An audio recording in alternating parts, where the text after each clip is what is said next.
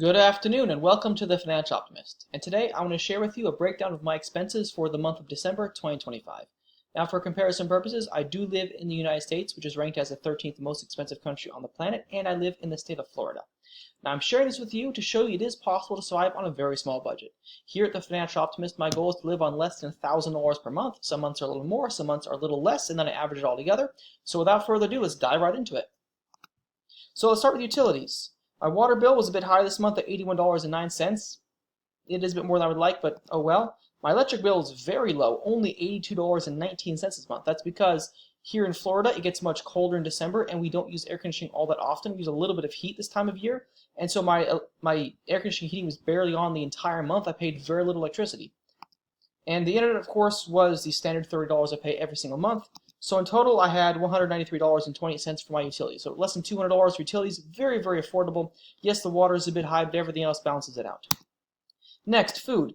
Fast food, I spent a total of $68.31. I went to fast food restaurants 10 different times, averaging $6.83 per meal. My cheapest meal was $4.27. My most expensive meal was $9.62. That's because for fast food, I typically aim at less than $10 per meal. I don't usually go for more than $10 at fast food. At that point, I'll go to a better restaurant. But only $68 is a bit less than normally. Some months I'm closer towards $100 per month, so fast food is a bit less than normal for me this month. Next, groceries, $145.70. Again, a little bit less than normal, probably because in December, a lot of Christmas parties. I was eating out at various Christmas parties throughout the month, so I probably had a little bit less groceries than normal. And next, mid-range restaurants, shockingly low, only $25.94, because I only went out to a mid-range restaurant twice the entire month, averaging just under $13 a meal. Which normally I eat out more often than that, but for December, like I said, a lot of Christmas parties, so ate out less often, save some money.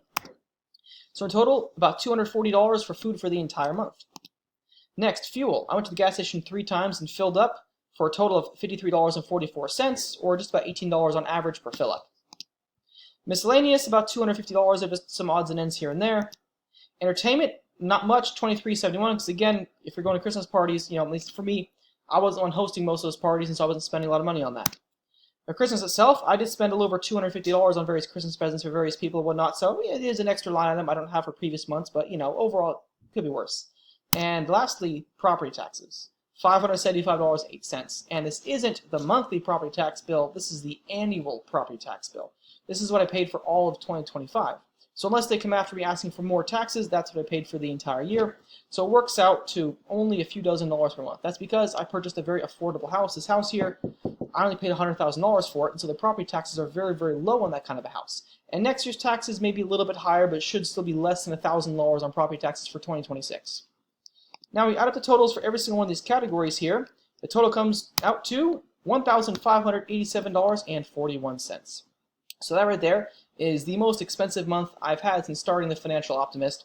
However, overall, it is within reason. Considering we had the Christmas and property taxes paid this month, that does make our bills significantly higher than normal.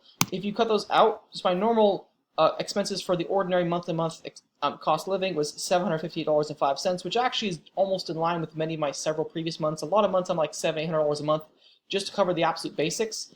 Because it's December, there are a few more expenses. I have to include them because, of course, you have to spend some money on Christmas, and of course property taxes, if you don't pay that, they take away your house.